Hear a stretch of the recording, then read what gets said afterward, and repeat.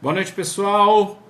Estamos aqui ao vivo, aguardando só o Padilha. Deixa eu ver se ele já está por aqui.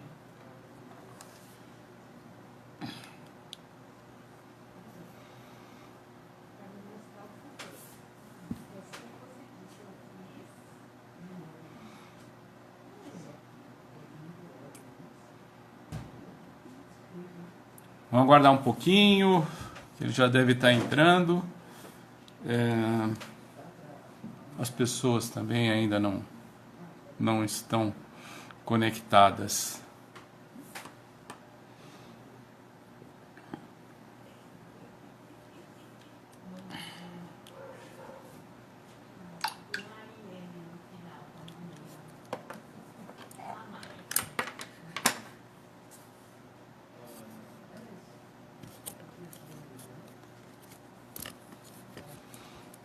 Acho que está enquadrado, né?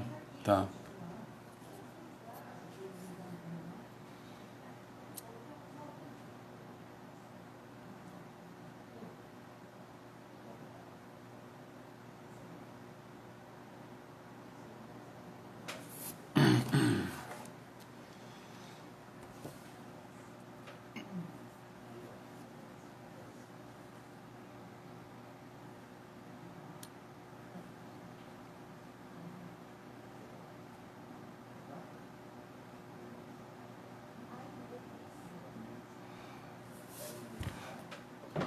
Estamos aqui aguardando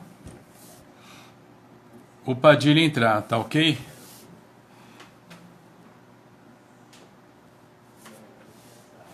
A gente está num horário novo, né?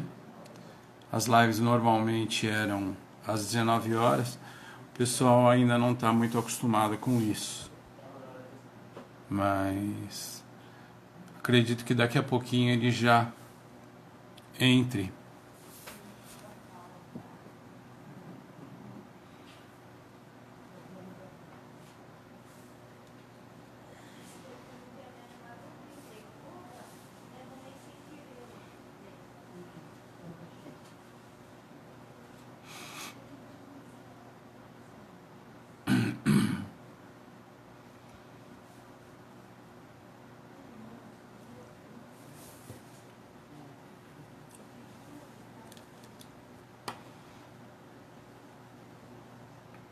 Fica aí, pessoal. Não sai não. Daqui a pouquinho o Padilha entra. Eu não sei se vocês viram o tema da live. É drinkability, né? Que é a famosa bebabilidade que a gente busca tanto em todas as bebidas, né? Na cerveja, em todas as bebidas, a gente sempre vai atrás da drinkability.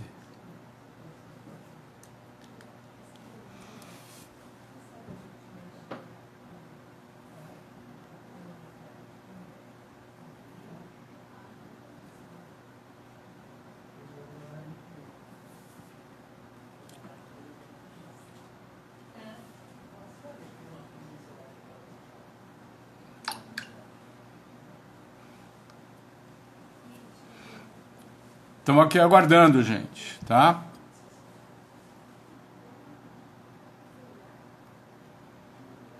Deixa eu ver se ele solicitou aqui. Tá aqui. Estou adicionando.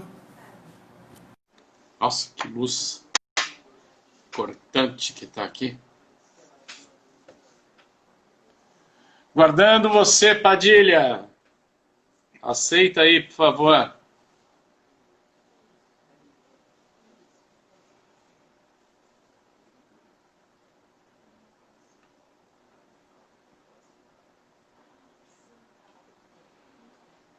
Já cliquei lá no teu nome.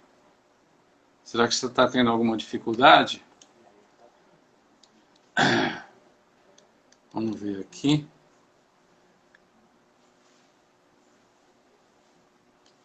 Olha o meu irmão aqui.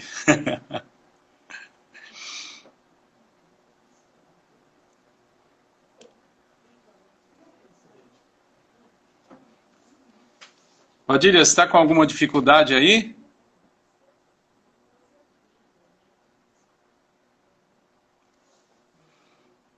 Vamos tentar de novo.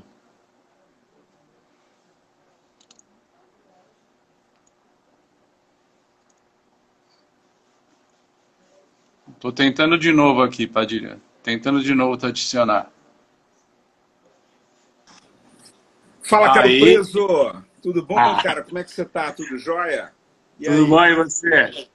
Bem, graças Deixa a eu Deus, clicar tudo aqui. ótimo. Ó, antes de a gente começar a falar, deixa eu te falar uma coisa.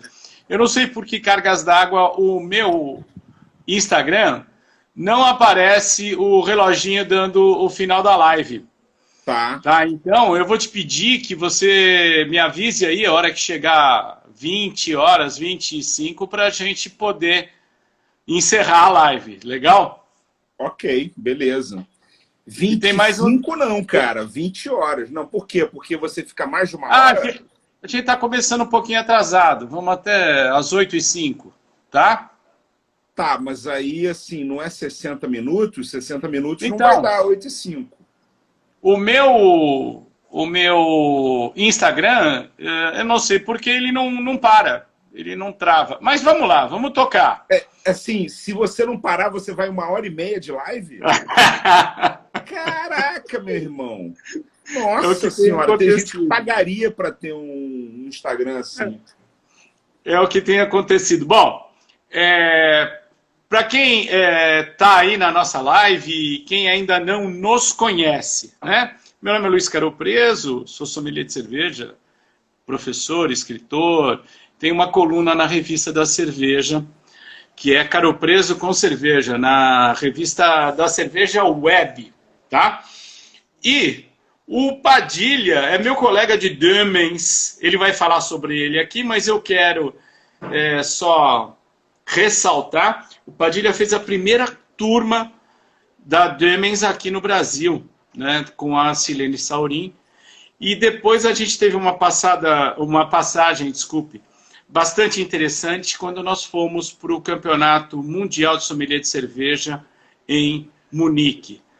Tem um fato muito engraçado do Padilha tentando parar um trem lá Em na Alemanha, movimento. Em movimento. em movimento, Não, né? tentando Você não. conta, Eu você conta. parei um trem em movimento na Alemanha. Ele quase foi preso, moçada, ele quase foi preso. Mas vamos lá. Padilha, se apresenta, é um prazer a gente conversar por aqui. Olha, cara, carioca botafoguense. Eu nasci e me criei no Rio de Janeiro, sou publicitário de formação, redator publicitário, trabalhei mais de 30 anos com criação publicitária dentro de agência de propaganda, quando, no ano de 2009, caiu na minha mão, no meu colo, a criação da campanha da cervejaria Schornstein, lá de Pomerode. E, Aham. e aí eu entrei numa concorrência publicitária e eu precisei estudar o que era cerveja artesanal para poder ganhar concorrência, para poder me qualificar para essa concorrência.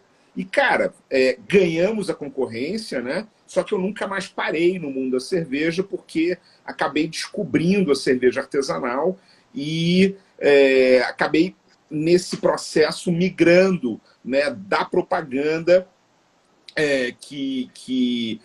eu trabalhava há mais de 30 anos. Em 2013, isso foi em 2009, mas em 2013, 4 anos depois, eu acabei migrando, porque em 2009, como eu falei, eu descobri a cerveja artesanal, comecei a pesquisar, me apaixonei, fiz cerveja artesanal caseira e tudo.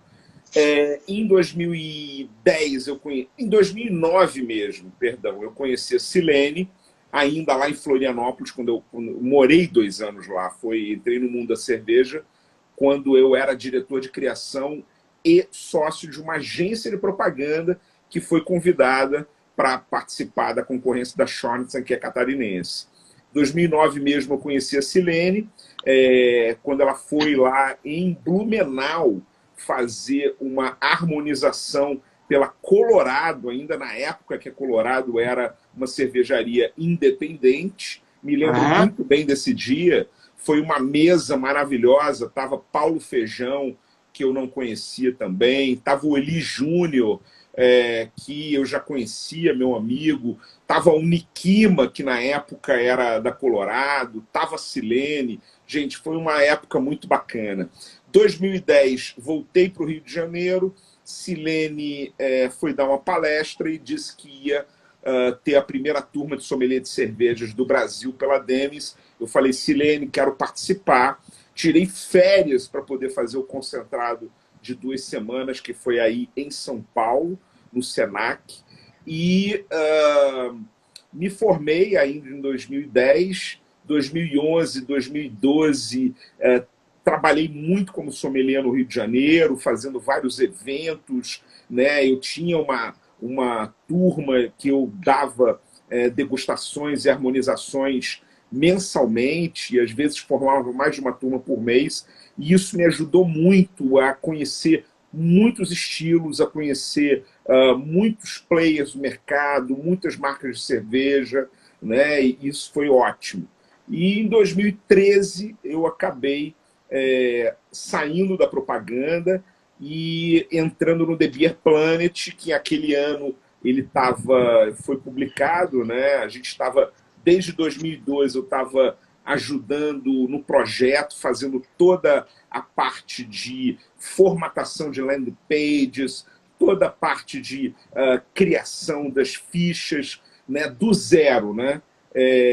Hoje o pessoal que pegou o The Beer Planet aí só deu sequência a esse trabalho, mas a gente fez o site do zero, né? Ou seja, toda a formatação, não apenas elaboração de uma ficha, mas a elaboração do formato da ficha, né? Como é que elementos vão ter dentro dessa ficha. Isso foi muito bom.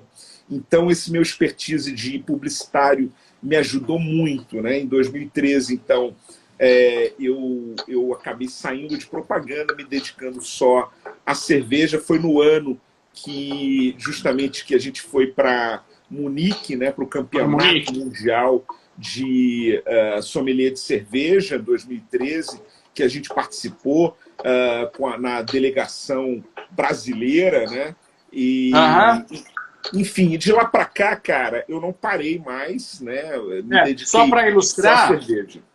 Só para ilustrar, nesse Campeonato Mundial de Cerveja, eu acho que era 2013. Você tem certeza que era 2015? Absoluta, 2013, absoluta. Nós fomos numa delegação de 10 sommeliers de cerveja daqui do Brasil, que foram escolhidos, selecionados na época pela Silene Saurin.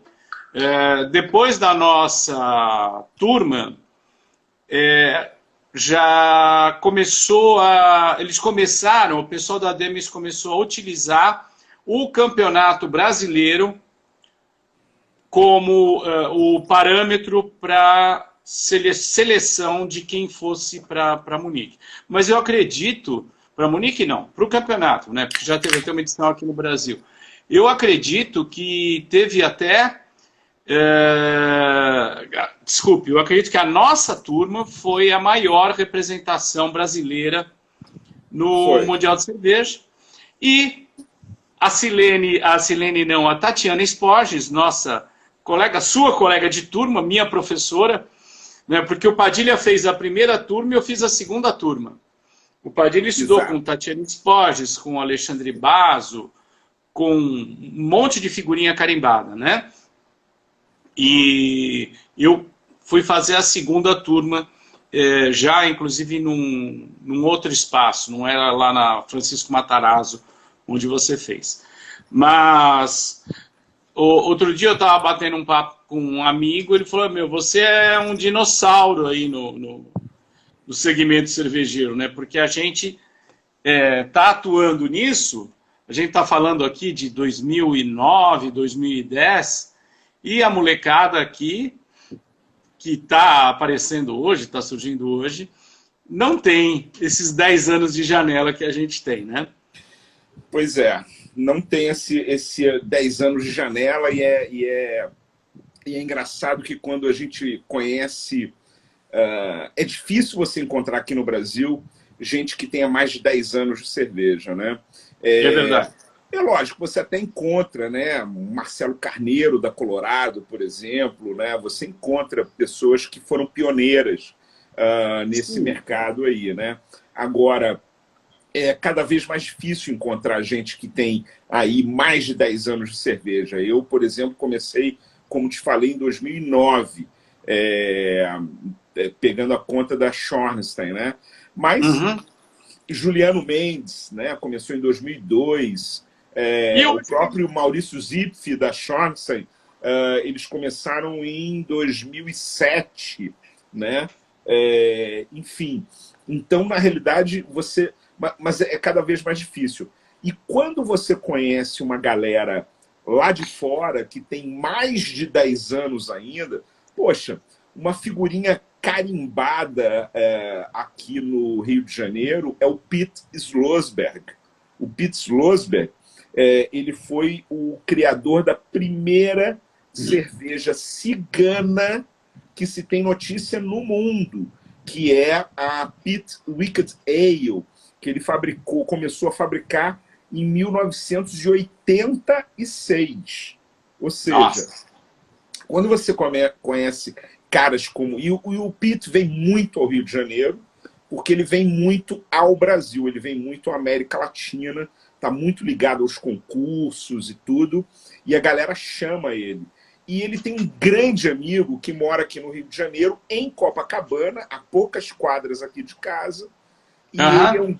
ele é um grande gourmet, ele e a mulher, o Pete Slosberg e a Amy, e eu sou o cara que leva ele nas bocadas para comer bem aqui no Rio de Janeiro, cara. Não só Uhum. nos pé limpos, mas também nos pés sujos, né?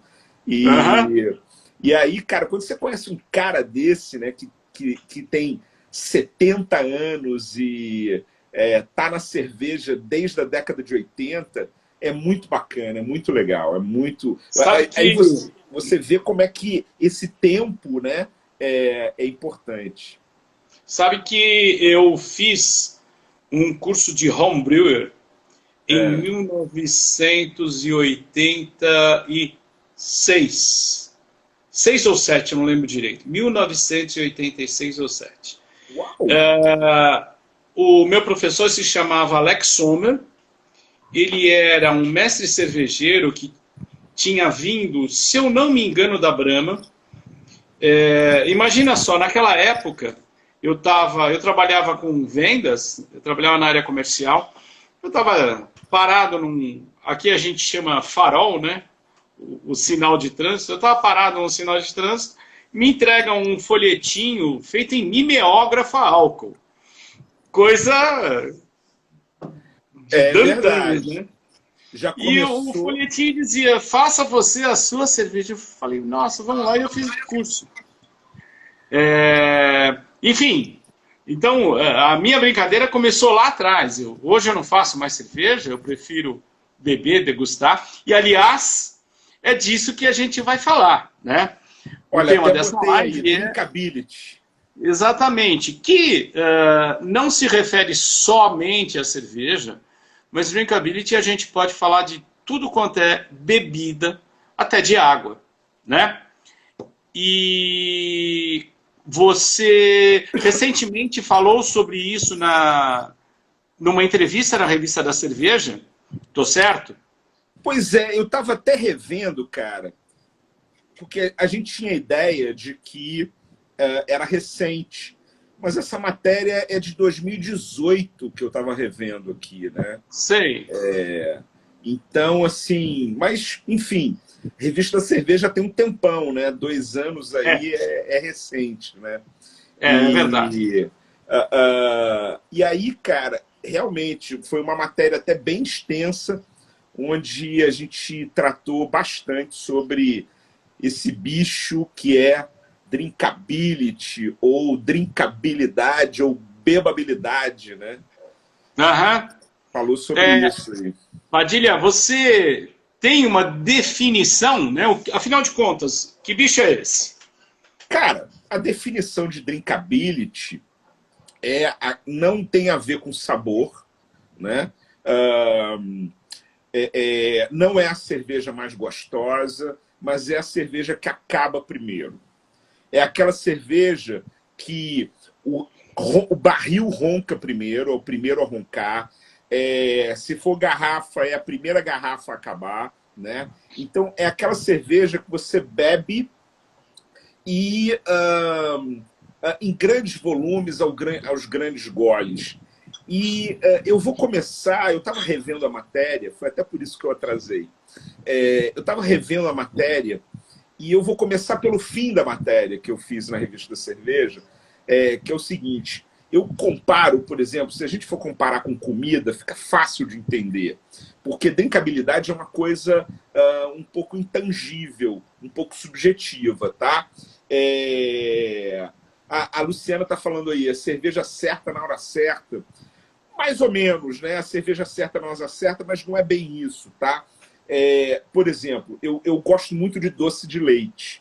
Doce de leite, para mim, cara, um bom doce de leite é uma das melhores sobremesas que existem, né?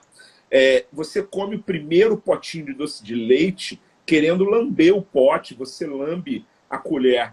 O segundo, você já come meio empurrado. O terceiro, doce de leite, você fala, te enjoa, né? Agora, amendoim, cara, não é uma coisa gostosa. Mas você não para de comer o amendoim. Enquanto tiver um amendoim na sua frente, você vai comendo sem parar. Então, se a gente for aplicar drinkabilidade nisso, o doce de leite não teria drinkabilidade e o amendoim sim. Então, não tem a ver com o sabor.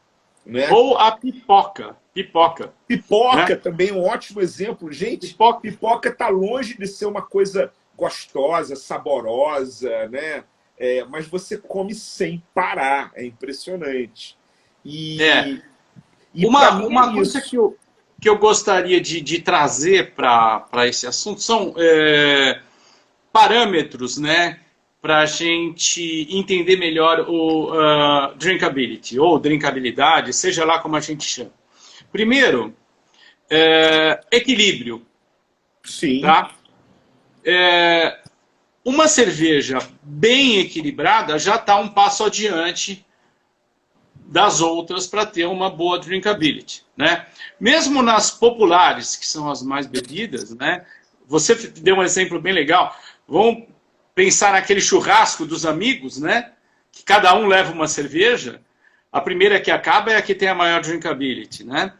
Então, mesmo nesse universo das cervejas mainstream, populares, você consegue discernir, diferenciar a questão da drinkability. Mas o gosto pessoal que vai validar para você Padilha, ou para mim, Carol Preso, a melhor drinkability, a cerveja tem a melhor drinkability. Desculpe, eu falei o gosto pessoal. É o segundo parâmetro. O primeiro parâmetro é o equilíbrio. O primeiro parâmetro para mim é o equilíbrio. Uma cerveja bem equilibrada já está um passo adiante. E a segunda, que eu acabei trocando aqui as bolas, a segunda é gosto pessoal. Esses dois parâmetros, para mim, já dão um bom direcionamento de cervejas que têm bom drinkability. Né? Você falou uma coisa muito interessante. A cerveja que tem um bom drinkability, você tem vontade de ficar bebendo sempre. Então, a gente já presume que são cervejas leves, né? Sim. Tem muito a ver com teor alcoólico também, né? Tem muito a ver com o corpo também da cerveja. Não é à toa que a gente tem aí as session, né? A session é uma digamos assim, é uma maneira de você agregar drinkabilidade na cerveja, tirando o corpo dela, tirando o teor alcoólico dela, né? Por exemplo, o que é a definição de session? Session não é um estilo de cerveja. Session é qualquer estilo que tenha um teor alcoólico mais alto e que você vai fazer uma versão de até 5% de teor alcoólico, tá? Então, por exemplo, uma Session IPA, as IPAs que começam aí em 6,5% de teor alcoólico, né? E daí para cima, você faz uma Session IPA, ou seja, você pega os mesmos atributos sensoriais dela, potência de lúpulo e tudo, mas você coloca num teor alcoólico de até 5%. Para você colocar num teor alcoólico de até 5%, você tem obrigatoriamente que tirar um pouco de corpo dela, né? Sim. E ela acaba ficando mais fácil de beber e aumenta a drinkability. Então são vários fatores. Sim, eu acho que equilíbrio, mas quando a gente fala de equilíbrio, por exemplo, defeitos comprometem drinkability numa cerveja, né? Sim. Eu posso ter uma cerveja com altíssimo drinkability, se ela sofreu alguma coisa, ela vai ter esse drinkability comprometido, e às vezes é uma coisa que não se percebe, né? Pode não se perceber, como é que eu vou dizer, conscientemente, né? Na cerveja. Então, isso são fatores. A própria pasteurização, se não for uma boa pasteurização, se for uma pasteurização, por exemplo, que vai trazer um aspecto caramelado para a cerveja, vai escurecer muito ela, usando muitas unidades de pasteurização, muitas UPAs, você compromete a drinkabilidade da cerveja, né? Até mesmo... Fala. Sabe uma coisa que é muito interessante também? O aspecto cultural. Eu vou dar um exemplo aqui. A Guinness é uma cerveja leve, tranquila, apesar do que muita gente acha que por ela ser escura, ela seria uma cerveja forte. Tá? Uma cerveja tem 4,3% de teor alcoólico. 4,1%. 4,1%. Então ela é muito... um teor alcoólico muito baixo. Mesmo assim, aqui no Brasil, você não vê a galera tomando Guinness, por exemplo, como a galera toma na Irlanda. Lá eles tomam pints e pints e pints de Guinness, né? Da mesma forma que se toma garrafas e garrafas e garrafas de mainstream aqui no Brasil. Das, entre aspas, pilsners populares ou American Lager, seja lá como a gente queira chamar. Então, eu acho que o aspecto cultural é igual a feijoada, Padilha. O brasileiro come feijoada até se fartar. No caso da Guinness, fazendo um parênteses aqui, né, as pessoas confundem amargor com força, né? Por exemplo, para eu chamar uma cerveja de forte, ela tem que ter 3 fatores muito intensos. Ela precisa ter teor alcoólico alto, ela precisa ter o amargor alto e ela precisa ter corpo alto também. Isso Sim. É uma cerveja forte, né? A Guinness ela tem teor alcoólico baixíssimo, 4,1, ou seja, ela tem menos teor alcoólico do que uma Skol, né? De uma Brahma. Outra coisa, corpo. Gente, a Guinness parece que está bebendo água, ela não tem corpo, né? Fecha os olhos e põe uma Guinness na boca, parece água. Ou seja, o corpo é muito baixo. Agora, o amargor não, é altíssimo. E as pessoas confundem isso, né? Então, na realidade, é uma cerveja que tem um drinkability alto, tá? Eu estou dando uma olhadinha aqui nas perguntas. É um comentário do Maurício, que é uma house beer. É uma delícia, 2 já ficam difíceis de tomar. Exato. Maurício, como eu gosto muito de house, eu tomo mais de 2, tá? Não, podemos tomar house beer a noite inteira, mas a gente não vai tomar o mesmo volume que a gente vai tomar de uma cerveja leve, refrescante, de teor alcoólico moderado, de final seco, tá? Então, essa é a grande diferença, tá? Alguém aí falou, por exemplo, de churrasco. Você falou de churrasco.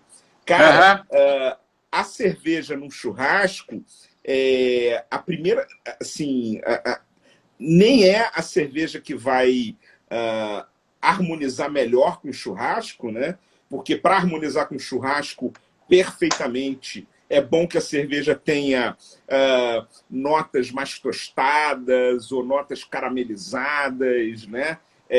Esse tipo de cerveja, sei lá, uma Viena Lager, até mesmo uma Bock, você pode harmonizar um churrasco, uma Brown Ale, por exemplo.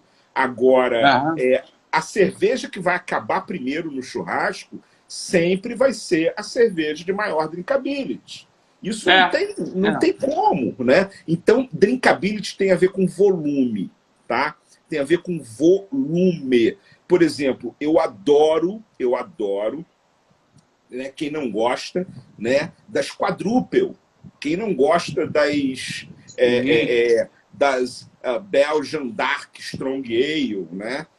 Agora, você não vai beber no mesmo volume e na mesma quantidade, né, uma Westvleteren 12, por exemplo, do que você vai beber uma Italian Pils, uma German Pils, né, uma Munich Helles, né, uma Dortmund Export, são uma Kirsch, né, são cervejas que vão acabar primeiro do que nas outras. Então tem a ver com volume.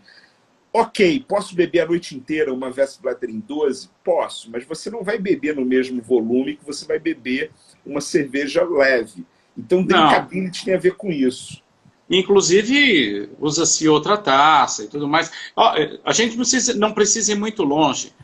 Pega, por exemplo, uma German Weiss, né? Você não consegue tomar muito por causa do corpo dela, porque aquele fermento que está ali incorporado vai te estufar. O Alceu comentou aqui que ele gosta muito de cerveja, mas não gosta de ficar bêbado. Alceu, nem eu, nem o Padilha, nem nenhum colega nosso gosta de ficar bêbado, não. Tá? A gente sempre para antes do penúltimo. O Pablo falou uma coisa aí. O Pablo falou, uma boa carbonatação favorece o drinkability. O que acham? Pablo, a gente tinha acabado de falar isso aqui, né?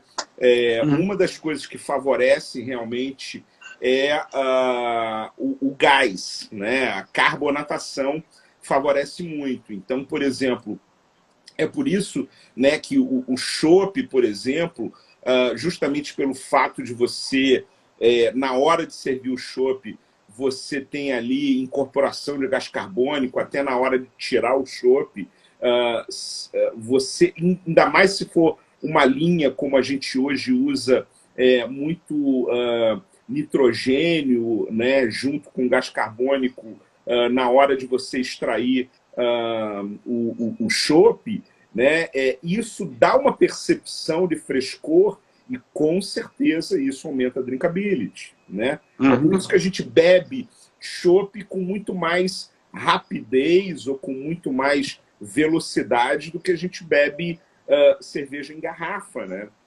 Por causa desse frescor todo, né? E limpa a boca e é fácil de beber.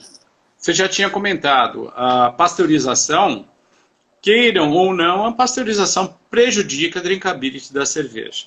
Uma cerveja fresca, eu, acho que você também, somos partidários do beba local. Sim. Ou seja, beber de uma cervejaria próxima. Qual que é essa, Padilha? Beba local. Ocus Pocos. Ocus Beba Pocos. local. Estou bebendo aqui no Rio de Janeiro. Uma Ocus Pocos, que ela é uma Double IPA, um dos estilos que eu mais gosto, e que é um estilo espetacular, mas não é um estilo que tenha muita drinkability. Não, né? não. Muita drinkability. Aliás, nada que é double, nada que é imperial, vai ter muita drinkability, né? Exatamente. Mas a gente adora esses estilos, a gente aprecia, toma prestando atenção.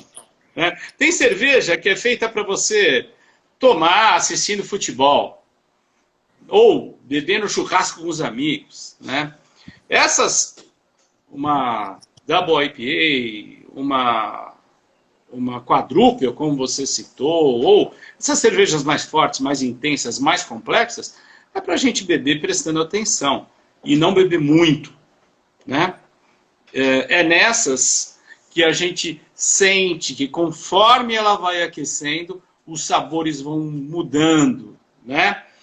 Coisa que não acontece nas cervejas de alta drinkability. Acho que nem dá tempo, né? Exatamente, né?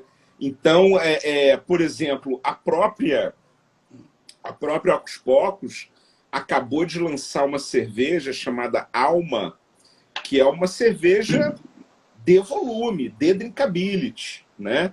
É uma cerveja que já começa, que essa daqui tem 8,1. A Alma tem 4,4% de teor alcoólico, já começa aí, né? Uhum. E é uma cerveja fácil de beber, baixo amargor, uma boa carbonatação.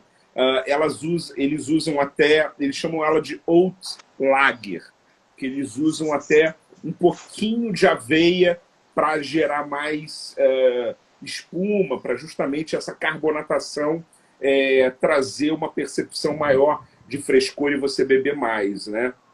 Uhum. Basicamente é isso, cara. Muita gente confunde drinkability com sabor da cerveja e não tem nada a ver. Tem a ver com volume. Se eu tiver que resumir drinkability numa única palavra, a palavra seria volume, tá? É a cerveja que você vai beber em maior volume. Quando eu digo você, há muita gente, vi gente falando assim, mas a Half Beer eu bebo muitas, tal estilo, eu passo a noite bebendo quadruple, beleza, eu passaria a noite bebendo uma Westvleteren em 12. Mas, gente, o lance é o volume. Vocês podem ver quais são as cervejas de maior volume. Essas são as cervejas de maior drinkability. Eu descobri isso, cara, por coincidência, eu olhei aqui e me lembrei, ó. Eu tô com um copinho da Serva Carioca, tá? Eu já fui diretor da Serva Carioca durante 2 anos. Eu fui diretor da Serva Carioca.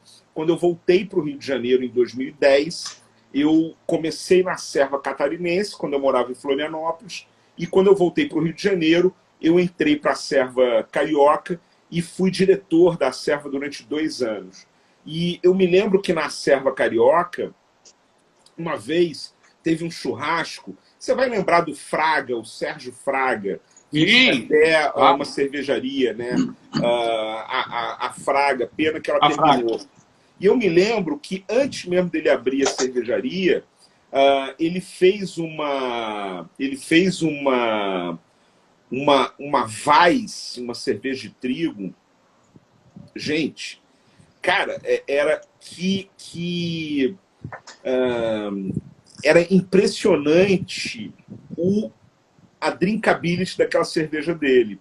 E aí eu me lembro que me caiu a ficha do que era drinkability mais ou menos aí por 2011, tá? Quando a gente fez um churrasco da Serva Carioca na casa do Maurinho Nogueira, que é o cara que deu aula para vários cervejeiros, o próprio Boto, que deu aula para vários cervejeiros, o Boto fez aula com o Mauro Nogueira, da Confraria do Marquês. Em 2011, a gente fez uma festa junina lá na casa do Maurinho, em Teresópolis, e o Fraga levou essa cerveja dele, essa Weiss dele. E eu me lembro que, na época, todo mundo estava descobrindo tripel, o estilo tripel, né? Não é que as pessoas não tinham bebido ainda, mas assim, os cervejeiros estavam encantados em produzir tripel. E tanto é que a gente brincou que foi o Festival da Tripel, né? Então, cara, tinha tripel espetacular, maravilhosa, caseira, de todos os tipos. Cara, eu bebia todas as tripés, amava elas, bebia, mas qual é a cerveja que eu voltava sempre para beber? A Weiss do Sérgio, do Fraga. Tá? Eu tomei essa cerveja quando eu trabalhei uma época no Melograno, assim que saiu o Edu, eu fiquei acho que 2 anos no Melograno. E conheci o Fraga, né? E ele levou essa cerveja, a gente colocou lá nas nossas torneiras. Eu conheci essa Weiss, mais ou menos nessa época que você está falando. Porque eu fiquei no Melograno, acho que entre 2011 a 2013, se eu não me engano. Foi a época que ele levou. Realmente uma cerveja, apesar de ser Weiss, sim, apesar de ser Weiss, uma cerveja que tinha uma boa drinkability. Eu queria fazer uma brincadeira com você agora, Padilha, pedindo a tua opinião e já trazendo informação para quem está assistindo a gente, né? Na tua opinião, entrou uma pergunta aí, você consegue ler? Eu estou sem óculos aqui agora. Bud Light tem tanta drinkability que você nem sabe que está bebendo. Eu achei que a gente estivesse falando sobre cerveja.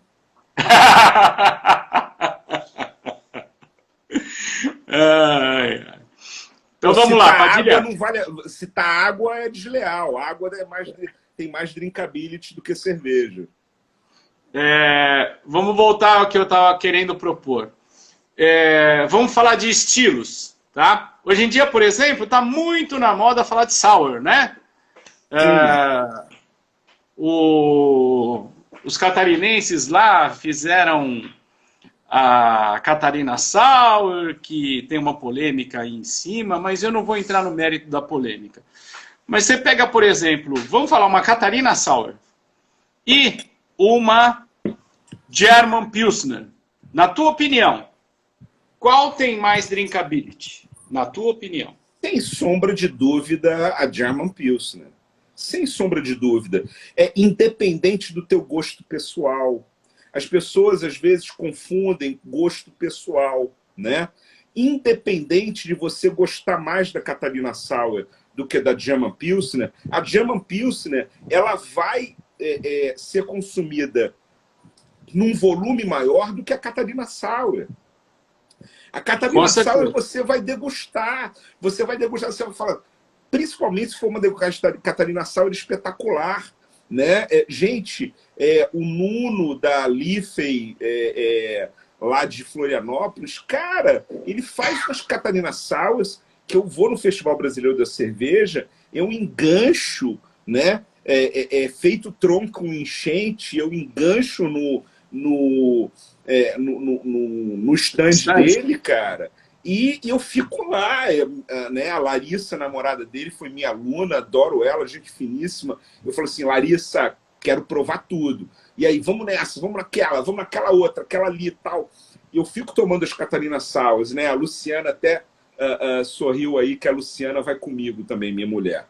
E né, a gente já teve várias... Né, Lu? A gente já teve várias enganchadas ali na Liffey. Mas, enfim, são cervejas maravilhosas. Mas, cara, falando em volume, independente do teu gosto pessoal, a German Pilsner vai ser bebida em volumes maiores. Então, eu prefiro Catarina Sour a German Pilsner? Prefiro, né? Eu acho que ela vai me trazer mais prazer, a Catarina Sour, ela vai me trazer mais informação sensorial, ela vai me trazer... Né, muito mais coisas. Mas quando você percebe, você já tomou 5 litros, maneira de dizer, de uma German Pilsner. Né? Tá, mas deixa eu dificultar a coisa para você agora. Fala, dificulte. Tá? Uma German Pilsner, de novo, e uma Munich Helles.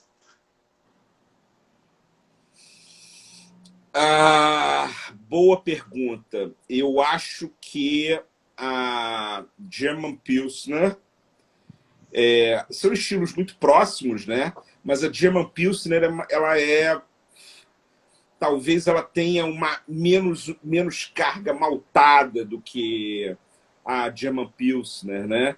A German Pilsner, eu acho que ela vai ter uma secura maior, ela vai ter uma carga proteica menor do que a Munich Helles, né? Eu tendo a achar que a German Pilsner vai ter uma drinkability maior, tá? Agora, são dois estilos muito, muito próximos, muito parelhos, tá? Né? São muito, muito parelhos. E são estilos que se tomam a grandes quantidades, aos grandes goles, né? Então, também vai depender não apenas do estilo, mas vai depender, como você falou no começo da live, né? Primeiro, se ela está bem equilibrada, se ela está sem defeitos, se ela está no seu ponto ideal, né? Agora, vamos pensar... Se ela está desse jeito que você falou, fresca, lembra, na nossa viagem, a gente tomou bastante coisa, mas nós estávamos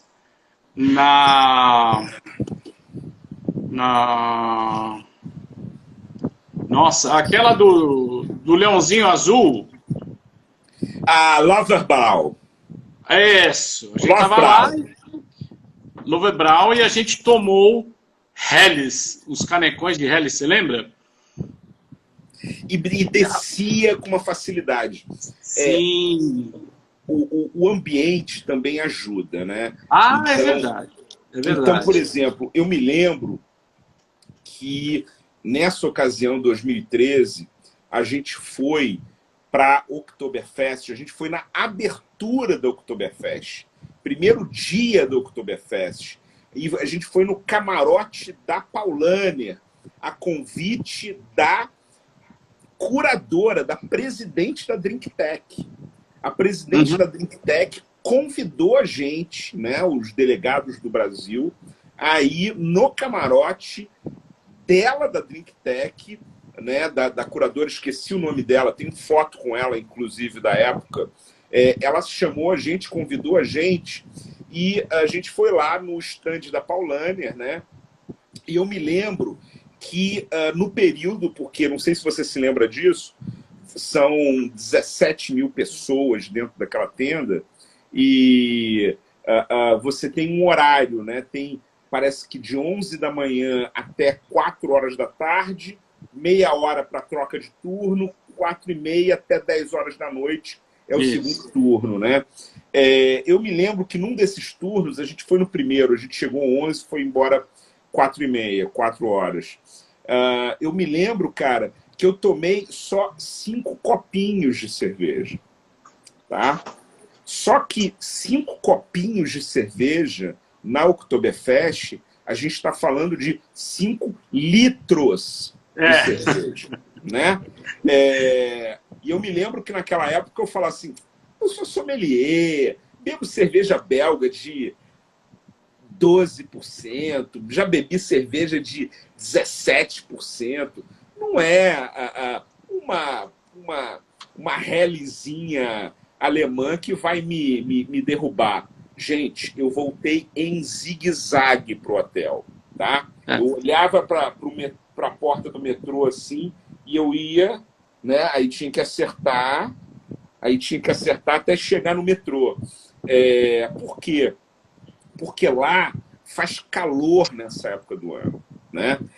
E aquelas tendas, bate sol, aquilo tudo é uma tenda que vira uma estufa. E você bebe sem perceber, naquele clima, com aquela música, com aquela alegria, com aquele calor, com aquela vibração. Você vai bebendo, cara, e aí a drinkability ajuda muito, né? Você bebe num volume muito grande. Tá? Você falou, o ambiente favorece, né? Quando você vai, por exemplo, lá na Hofbrau, aquele salão imenso, aquela bandinha tocando, todo mundo levantando quando eles tocam a tal da musiquinha e batendo as canecas, você está num ambiente propício para beber. E eles comendo aquele bretzelzinho cheio de açúcar, não, sal grosso em volta, né? Que é o sal grosso que te deixa com mais vontade de beber. E, além disso tudo, né, o alemão, culturalmente, bebe muita cerveja. E não bebe para ficar bêbado, não. Não bebe para ficar bêbado. É uma bebida cultural deles. Eles têm o café da manhã deles, da região da Baviera, que tem as salsichas, a cerveja e tal. É uma coisa cultural. Weisswurst com Weissbier, né? E aquela mostarda de mel, não confundam com a mostarda de mel americana, que nada mais é do que a mostarda amarela batida com mel, né, líquida.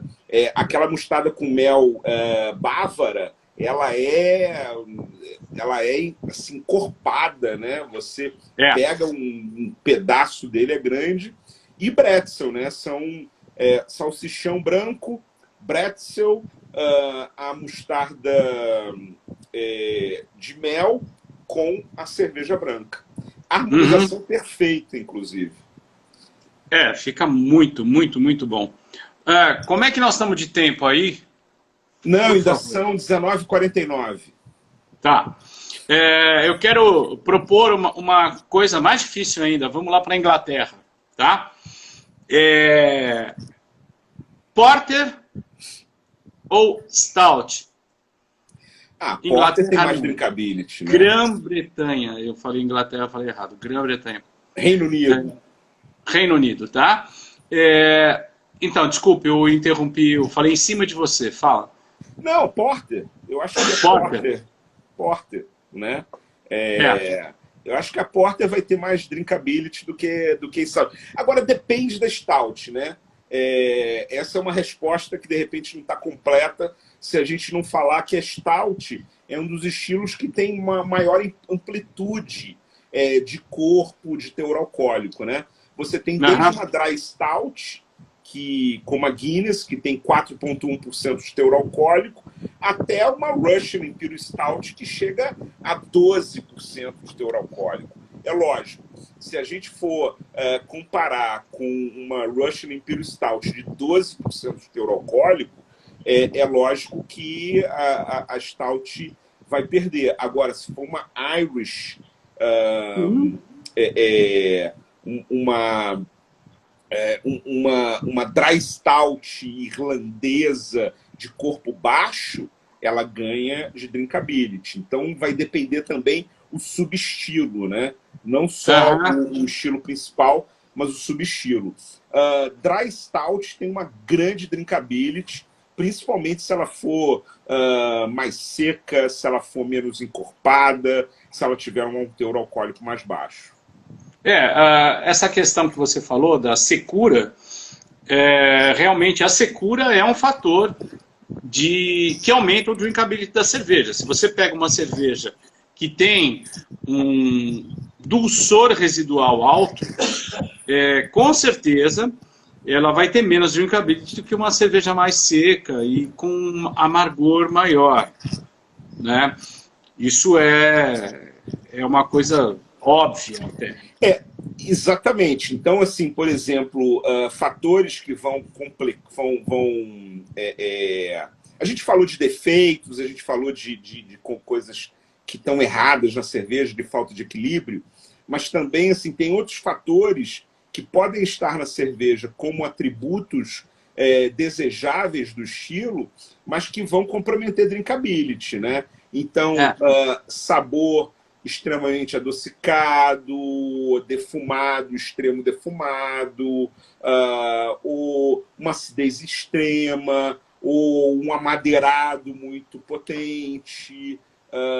São fatores que vão comprometer a drinkability, né? Por exemplo, a própria... Você falou de Catarina Sour, que basicamente é acidez e fruta, né? Ou seja, agridoce. Agora, Se você for pegar uma cerveja muito ácida, né, uma lambic, por exemplo, né, é uma cerveja, uma lambic sem adição de fruta, por exemplo, daquelas que derretem o esmalte do dente, né, cara? O pH lá no pé, o pH lá embaixo, acidez muito forte.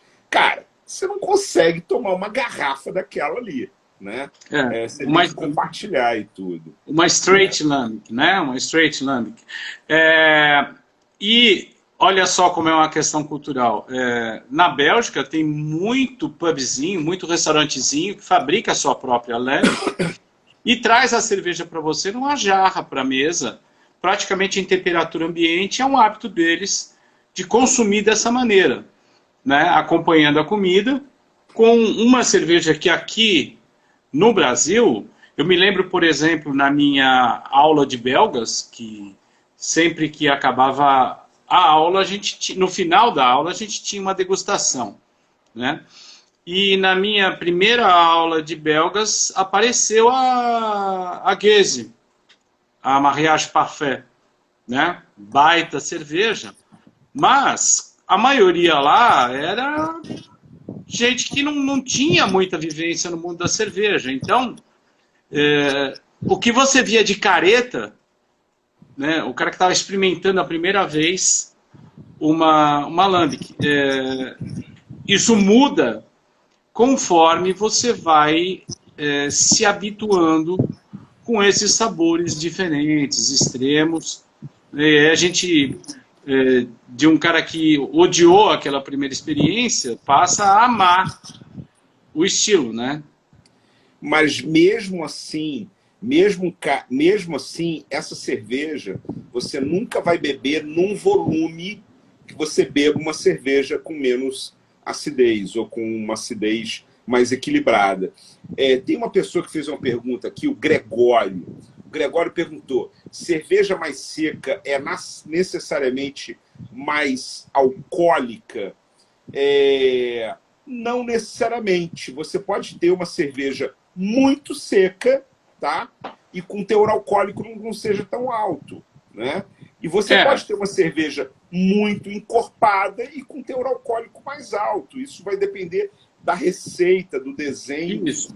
Tem uma explicação razoavelmente simples para isso, né? A gente tem uns parâmetros de gravidade original e gravidade final da cerveja.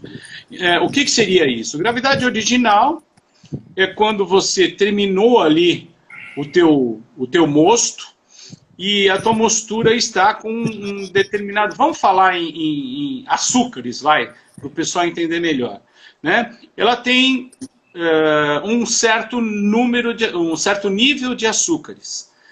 E aí o que a gente vai fazer durante o processo? A gente vai, conforme a gente fermenta e tudo mais, a gente vai atenuar, a gente vai diminuir essa gravidade, esse monte de açúcares, para chegar na gravidade final. Nesse processo, a gente traz álcool e gás carbônico para a cerveja, de uma maneira bem simplória, tá? Então, se você pensar, bom, se eu parto de uma gravidade original muito alta e eu fizer uma cerveja muito seca, realmente ela vai ter bastante álcool, né? Agora, você não precisa partir de uma gravidade original muito alta. É o que você falou, depende da receita. Então você consegue fazer uma cerveja seca, com teor alcoólico baixo, que vai ter mais drinkability do que se ela fosse com teor alcoólico alto. Exato, exatamente. Né?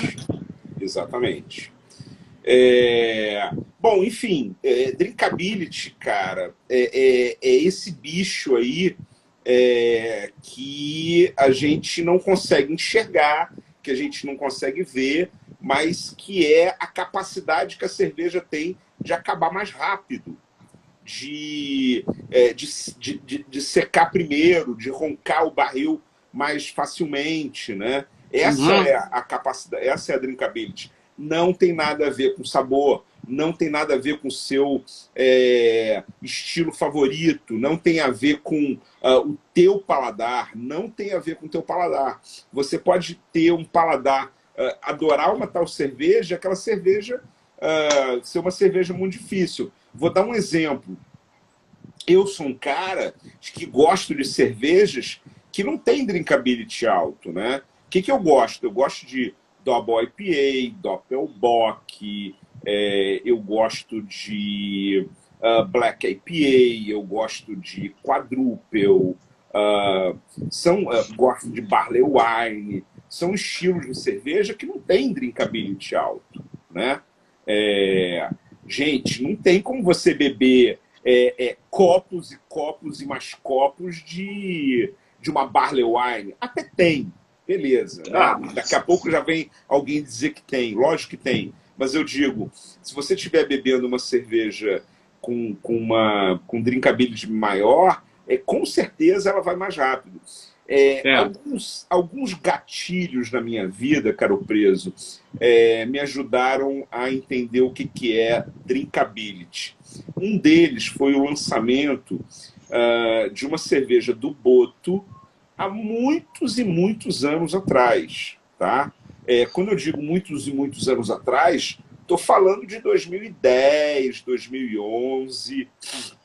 Foi a primeira vez na minha vida, muito antes da gente ir para a Alemanha, foi a primeira vez que eu bebi na minha vida um estilo que eu gosto muito, que é o Vienna Lager. Que, aliás, quando bem equilibrado, quando bem feito, quando bem assertivo, sem defeitos e tal, é uma cerveja que tem um drinkability muito bom. O Vienna Lager, eu me lembro que eu fui no lançamento dessa cerveja, da Vienna Lager do Boto, e eu me lembro que em questão de 40 minutos, 45 minutos, eu bebi 5 copos. 5 copos, cara.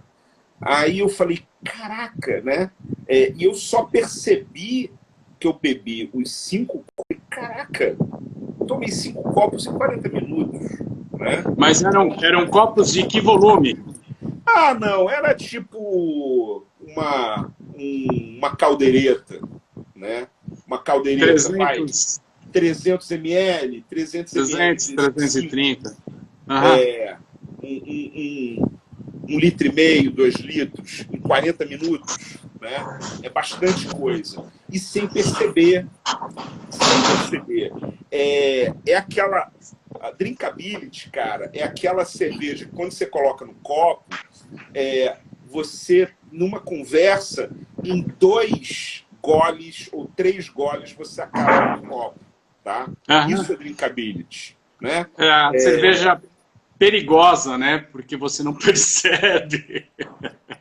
Você não percebe. Isso acontece também com outras bebidas, como eu falei, né?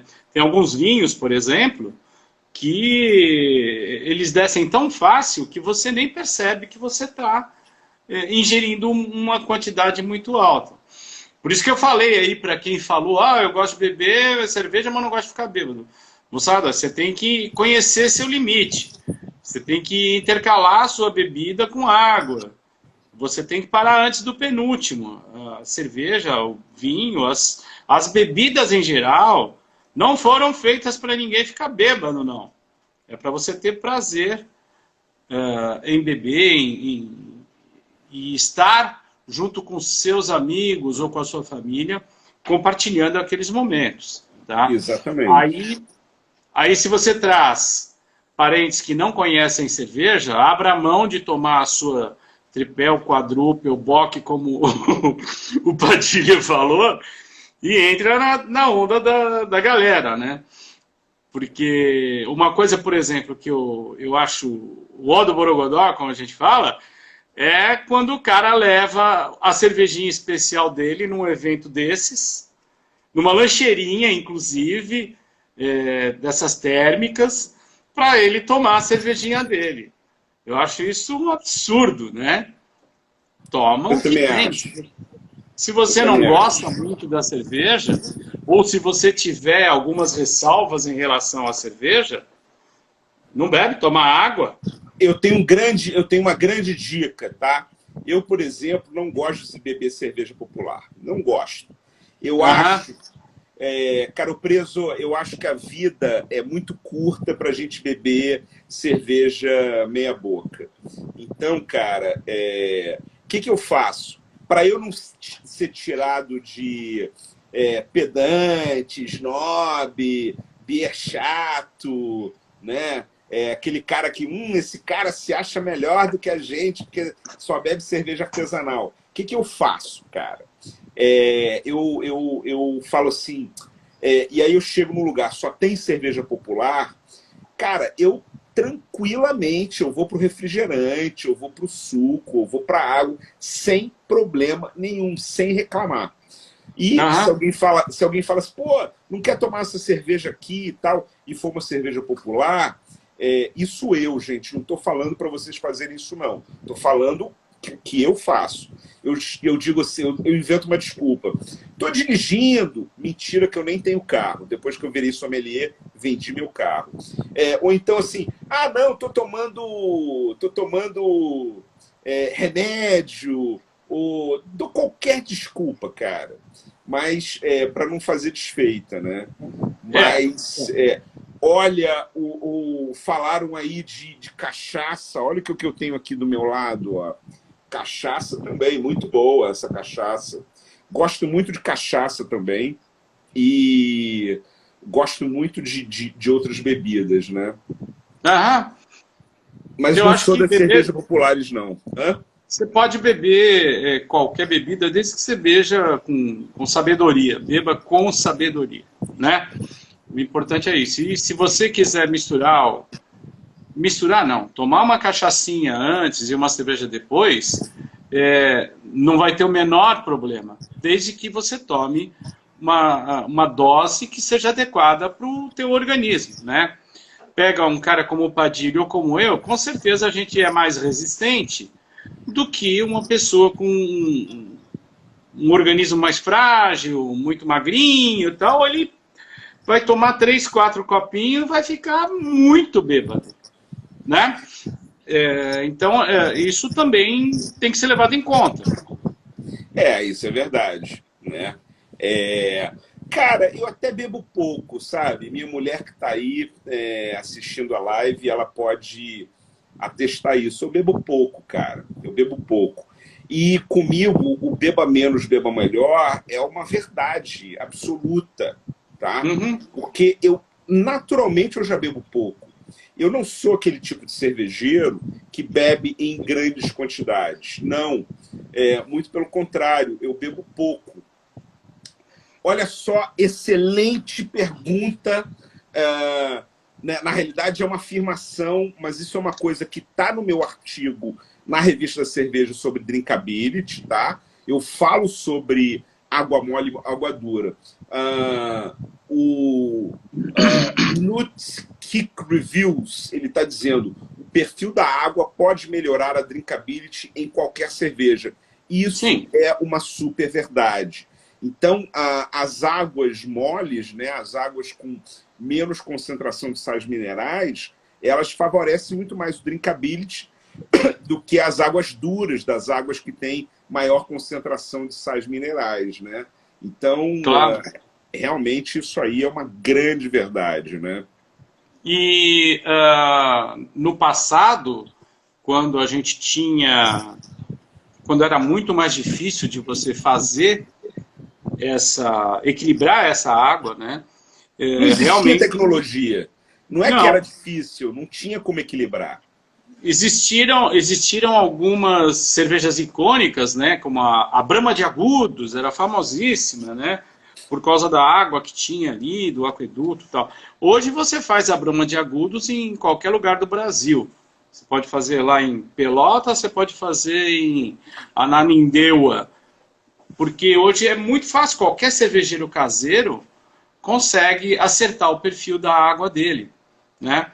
Coisa que antigamente não existia, mas realmente... Em BH, em Belo Horizonte, o nosso amigo o Carlos Henrique, o famoso CH, que é lá da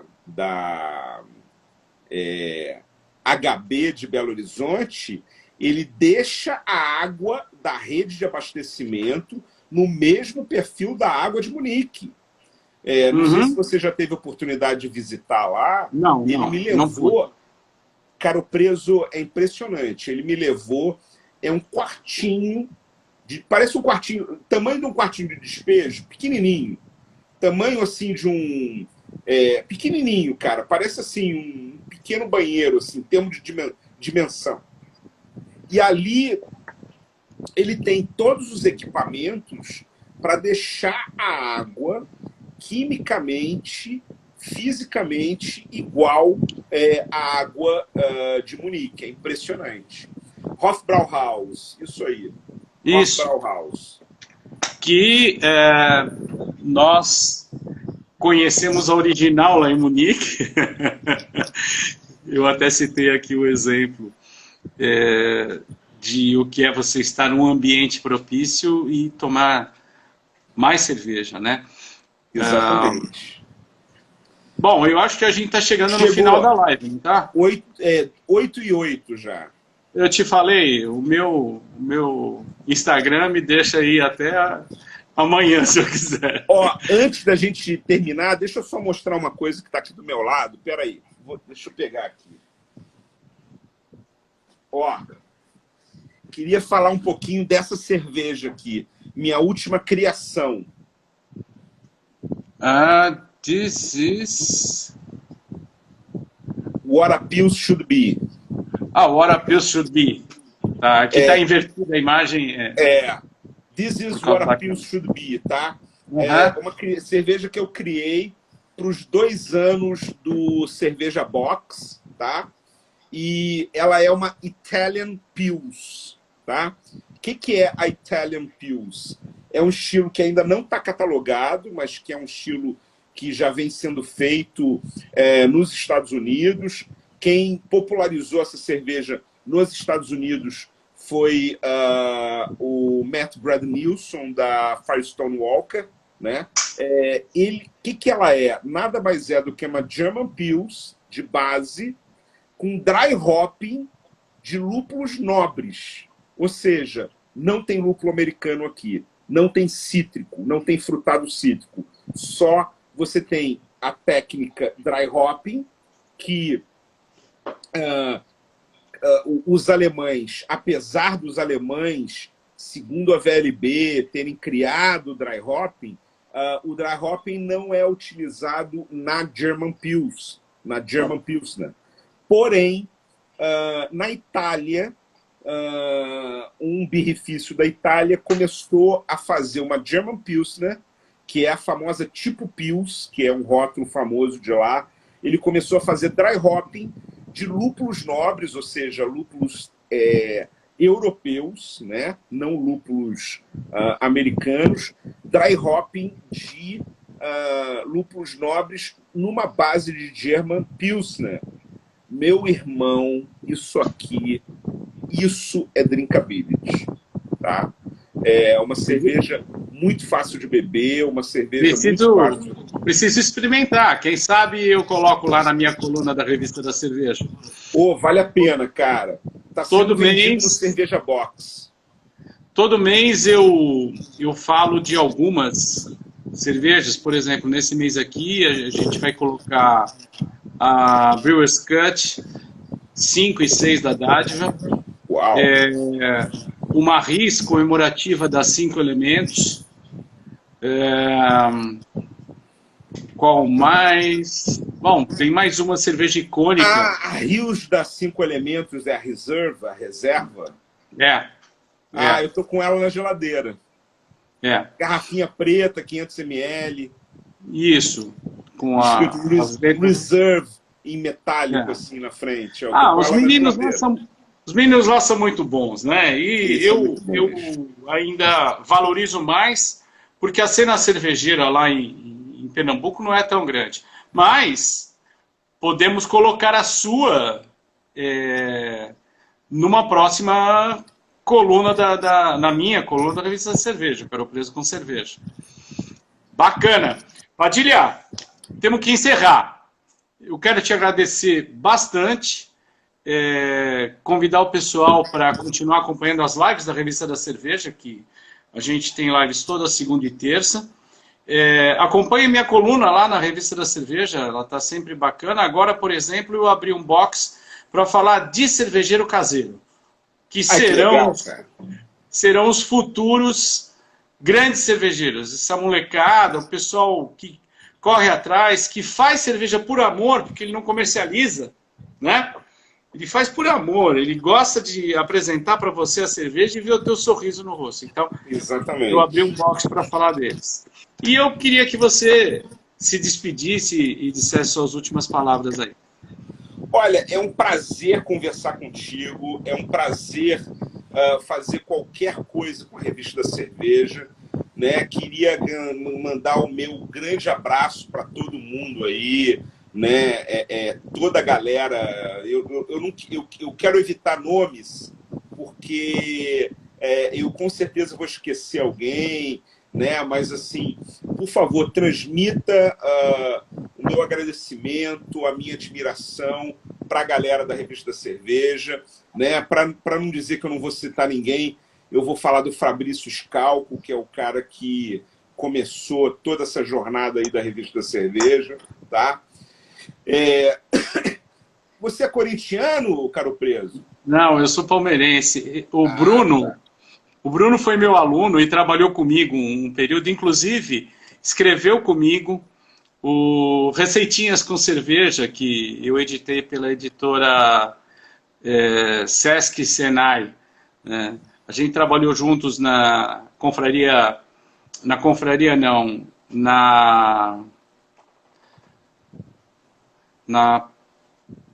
nossa, me fugiu, mas já trabalhamos juntos em alguns projetos. Legal, legal. Ele é São Paulino, nem devia estar falando nada, né? Porque faz muito tempo que o São Paulo não ganha nada, mas eu, graças a Deus, sou palmeirense. Estou feliz essa semana. Imagino. Olha só, pedir para Luciana. Luciana, se você estiver me ouvindo aí, ó, tira um print aqui da tela para a gente tirar um print aí. Daquela cristalizada no sorriso. Show de bola! Legal, Maravilha. Padilha. Muito obrigado, então, um abração e muito sucesso nos negócios, na vida e para você também. Tudo mais. Obrigado, Padilha. Pessoal, muito boa noite para todos. Obrigado por terem nos acompanhado. Esse vídeo fica gravado lá no Instagram da Revista da Cerveja, tá ok? Um abraço. Um abraço, cara. Um grande abraço. Prazer estar contigo, Caro Preso. Igualmente, Padilha. Um abração.